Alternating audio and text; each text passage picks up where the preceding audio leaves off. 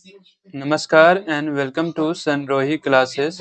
मैं हूं संदीप चौधरी। इस वीडियो में हम यूज ऑफ विल बी का प्रयोग सीखेंगे जो कि काफ़ी महत्वपूर्ण है। यूज ऑफ विल बी का प्रयोग बहुत से लोगों को सही से पता नहीं होता है। इसे अच्छे से समझने के लिए कृपया वीडियो के अंत तक बने रहें। मैं आपको यह विश्वास दिलाता हूं कि इस वीडियो को देखने के बाद आपको यूज ऑफ विल बी में कोई समस्या नहीं होगी। तो चलिए शुरू करते हैं।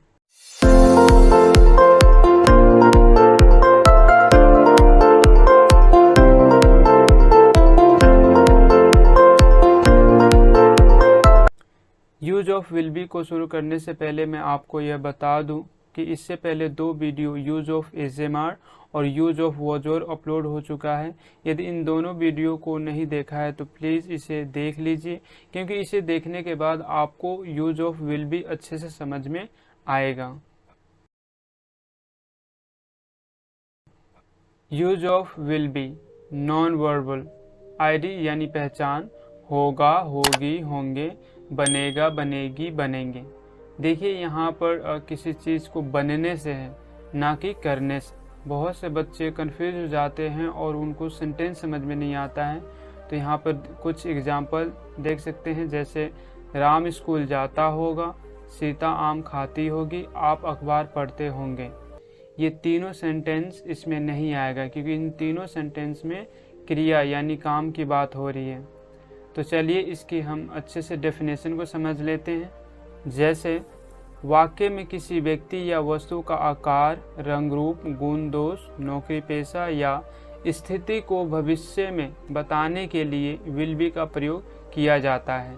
जैसे राम मोटा लड़का होगा, सीता सुंदर लड़की होगी, राहुल चोर होगा, रामू गरीब होगा, अमन मोची होगा, राहुल अमीर होगा। इन सभी सेंटेंस में आप ये समझ सकते हैं कि ये इसमें किसी चीज़ को बनने से, जैसे राम अभी मोटा नहीं है, राम मोटा होगा, सीता अभी सुंदर नहीं है बल्कि सुंदर होगी फ्यूचर में, राहुल अभी चोर नहीं है बल्कि राहुल फ्यूचर में चोर बन जाएगा यानी हो जाएगा। तो इस तरह के सेंटेंस इसमें हम यूज करते हैं और इसको बनाने के लिए, ट्रांसलेट करने के लिए विल बी का हम प्रयोग करते हैं। Subject singular subject he, she, it, this, that, one name. Plural subject we, you, they, those, this, two name. Singular subject में विल बी लगता है, प्लूरल सब्जेक्ट में भी विल बी ही लगेगा और आई में भी विल बी लगेगा। क्यों? क्योंकि विल बी एक ही हेल्पिंग वर्ब है, इसलिए सिंगुलर हो प्लूरल हो कोई भी सब्जेक्ट हो सबके साथ विल बी का ही प्रयोग होगा। तो नेक्स्ट करते हैं rules types of sentence. Simple sentence, negative sentence, interrogative sentence, WH family sentence. इन सभी सेंटेंस के एक एक एग्जाम्पल को देखते हैं। जैसे सिंपल में राम मेरा दोस्त होगा, नेगेटिव राम मेरा दोस्त नहीं होगा। इंटेरोगेटिव सेंटेंस क्या राम मेरा दोस्त होगा। डब्ल्यूएच फैमिली सेंटेंस में राम मेरा दोस्त कैसे होगा। जैसा कि आप लोग को पता है कि सेंटेंस को ट्रांसलेट करने के लिए स्ट्रक्चर बहुत इंपॉर्टेंट है।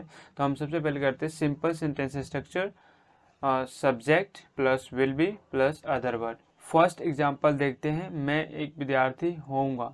इसमें हमें सबसे पहले सब्जेक्ट को ढूंढना है। तो सब्जेक्ट है मैं यानी आई और हेल्पिंग वर्ड विल बी है, तो हम विल बी लगाएंगे क्योंकि एक ही है, तो इसमें हमें ज़्यादा समझने की ज़रूरत नहीं है, विल बी लगा देंगे। फिर अदर वर्ड है एक विद्यार्थी यानी अ स्टूडेंट। पूरा सेंटेंस बन गया I will be a student. इसी तरह हम सेकेंड एग्जाम्पल देखते हैं, यह तुम्हारा घर होगा। इसमें हमें सब्जेक्ट देखना, सब्जेक्ट है दिस, फिर हम लगाएंगे विल बी और अदर वर्ड है तुम्हारा घर योर हाउस। तो सेंटेंस बन गया this will be your house. Third example देखते हैं, आप एक किसान होंगे।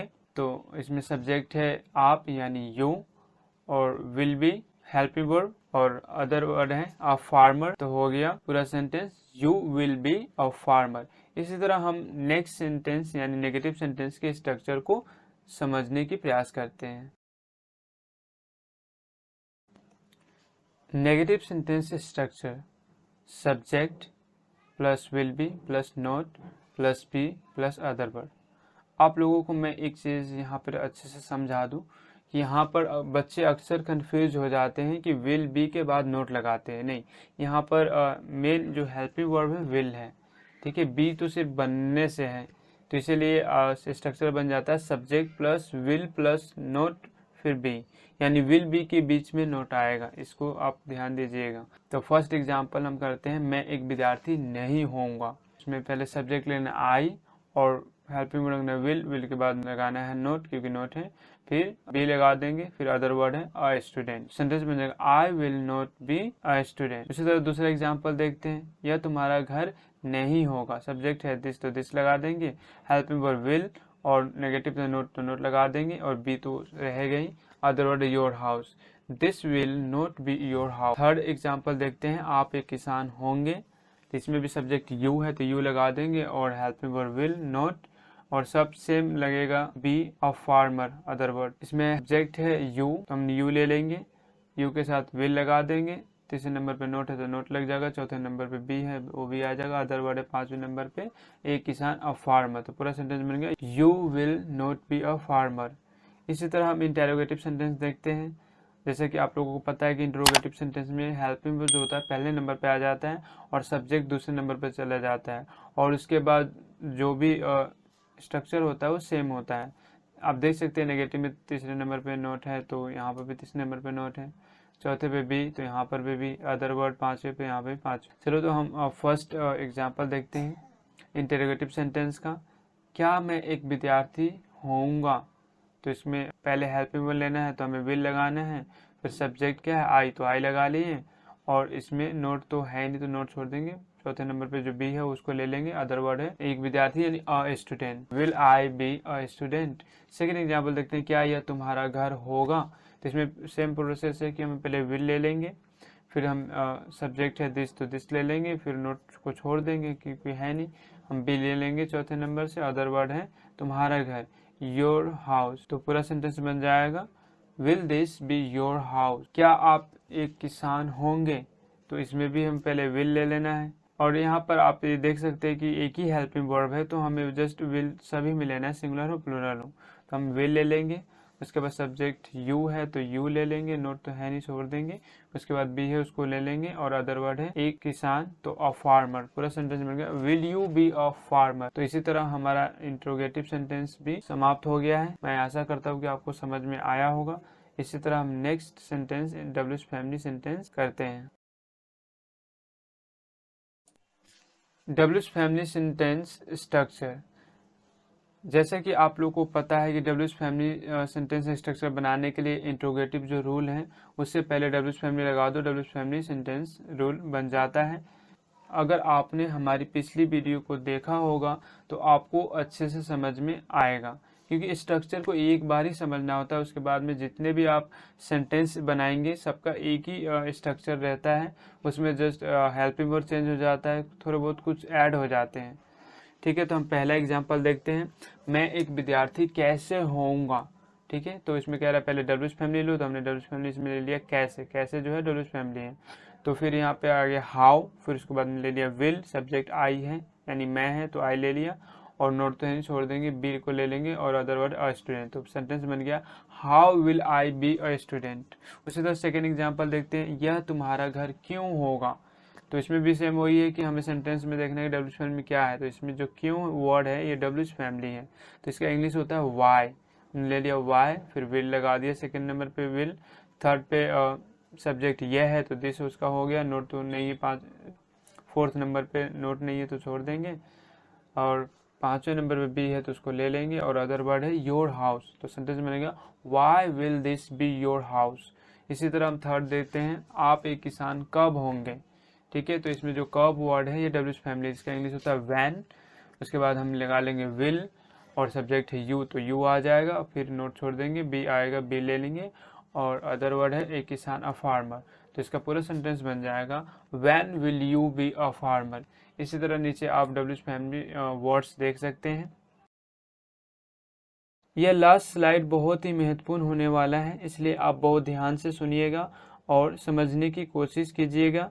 तो चलिए शुरू करते हैं। सेंटेंस रूल स्ट्रक्चर को समझने के लिए सबसे अच्छा और बेहतर तरीका है बस आप फोकस कीजिए कि बदलाव क्या हो रहा है, यानी सिंपल रूल स्ट्रक्चर क्या है और नेगेटिव रूल स्ट्रक्चर बनते ही सिंपल और नेगेटिव में क्या चेंज आया। उसी तरह इंट्रोगेटिव बनने के बाद नेगेटिव और इंट्रोगेटिव में क्या चेंज आया। जब आपको पता चल जाएगा कि चेंज क्या हो रहा है तो समझ ले कि आपको यह रूल स्ट्रक्चर अच्छे से समझ में आ गया है। जैसे सिंपल सेंटेंस में आप देख सकते हैं कि इज, एम, आर, वॉज और विल बी, तीनों हेल्पिंग वर्ब के जो सिंपल रूल है, सबसे पहले सब्जेक्ट आ रहा है तीनों में। उसके बाद हेल्पिंग वर्ब जो है तो सेम अपने अपने हेल्पिंग वर्ब आएंगे और अदर वर्ड सेम है। उसी तरह आप नेगेटिव में देखिए कि तीनों जो सब्जेक्ट है इज, एम, आर का, वॉज वर्ब का, विल बी का, वो सेम है। यानी पहले नंबर पे सब्जेक्ट है, दूसरे नंबर पे हेल्पिंग वर्ब और तीसरे नंबर पे नोट आ रहा है। यानी हेल्पिंग वर्ब के बाद जस्ट नोट आ रहा है तो नेगेटिव सेंटेंस बन गया। और चौथे नंबर पे तीनों में अदर वर्ड है। उसी तरह इंट्रोगेटिव में चेंज देखिए क्या हो रहा है। नेगेटिव में पहले नंबर पे सब्जेक्ट आ रहा था, लेकिन इंट्रोगेटिव आते ही पहले नंबर पे हेल्पिंग वर्ब आ गया और दूसरे नंबर पे सब्जेक्ट चला गया और उसके बाद तीसरे नंबर पे नोट हो गया और अदर वर्ड बाद में हो गया। उसी तरह आप डब्ल्यू फैमिली में देखिए, सबसे पहले डब्ल्यू फैमिली लग गया, उसके बाद हेल्पिंग वर्ब, फिर सब्जेक्ट, फिर नोट, फिर अदर वर्ड। तो बस यही हमें बदलाव देखना है। तो ये तो रही स्ट्रक्चर की बात। आई होप कि आपको स्ट्रक्चर अच्छे से समझ में आया होगा। अब मैं यहाँ पे दूसरा चीज़ आपको ये समझाने की कोशिश कर रहा हूँ कि जो पिछले 3 वीडियो में हमने ये सीखा है is, am, are, was were, will be, इन तीनों में रिलेशन क्या है। तो आप यहाँ हिंदी सेंटेंस में देख सकते हैं कि मैं डॉक्टर हूँ तो उसको ट्रांसलेट करते हैं कि आई एम डॉक्टर। मैं डॉक्टर था तो उसमें वॉज लगा दो, आई वॉज डॉक्टर। मैं डॉक्टर बनूंगा, आई विल बी डॉक्टर। यानी क्या है कि इज, एम, आर प्रेजेंट है, वॉज वर पास्ट है और विल बी इनकी फ्यूचर है। इसी को समझाने के लिए यहाँ पर मैंने हिंदी सेंटेंस को दिया है। नेगेटिव में देखिए, मैं डॉक्टर नहीं हूँ, मैं डॉक्टर नहीं था, मैं डॉक्टर नहीं बनूंगा। सेम उसी तरह, क्या मैं डॉक्टर हूँ, क्या मैं डॉक्टर था, क्या मैं डॉक्टर बनूंगा। और सेम डब्ल्यू फैमिली में, मैं डॉक्टर क्यों हूँ, मैं डॉक्टर क्यों था, मैं डॉक्टर क्यों बनूंगा। सभी की समझ आ गया है। प्रेजेंट, पास्ट और फ्यूचर यानी विल बी लगाकर बना सकते हैं, सेंटेंस को ट्रांसलेट कर सकते हैं। तो इस तीनों वीडियो के माध्यम से हमने 3 हेल्पिंग वर्ब कर लिया है। नेक्स्ट वीडियो में हम फिर से 3 हेल्पिंग वर्ब यानी हैज, हैव, हैड और विल हैव, तीनों का भी एक ही रिलेशन है, बस एक प्रेजेंट है, एक पास्ट है, एक फ्यूचर है। सेम हमने जो is, am, are, was, were, will be के साथ किया।